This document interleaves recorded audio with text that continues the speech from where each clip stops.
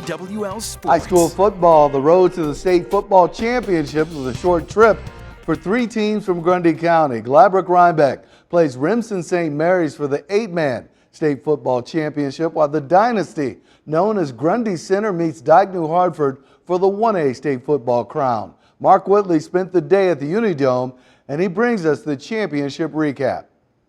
Grundy Center was going for the three-peat, and Dyke New Hartford chased the first title for either town in over 4 decades, and it was the Spartans getting on their Grundy County rivals first. Judd Jarofsky had a day, goes 33 yards on the scramble as Grundy Center jumped up 7-0 right out of the gate, and after a Wolverine turnover, Jarofsky gets another on the sneak. His second touchdown of the game made it 14-0, while Dyke New Hartford kept it from getting worse before half. That's Tyson Bennett with the sack. The Wolverines snuffed out that drive to keep it a 2-score game at the break, but it did not stay that way. Third quarter, and it's the same guy. Third touchdown of the game for Jarofsky. Spartans rolling up 21-0, but Dyke New Hartford didn't give up the fight. Noah Borcherding busts in from the 1, got it back to 2 scores with 5 minutes to go, but this is the nail in the coffin. Senior Brody Zinkula breaks free from the 20, and that was it. Grundy Center wins a 3rd consecutive state championship, taking down the Wolverines 28-7.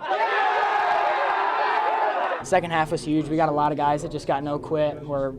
In conditioning every day, you see it, and just a lot of guys with a lot of work ethic, and that's what helps us in the second half in these tight games. Week 1, week 5, and then getting to postseason playing, it was just business. And we had a bunch of fun. We coached hard. We love on them hard.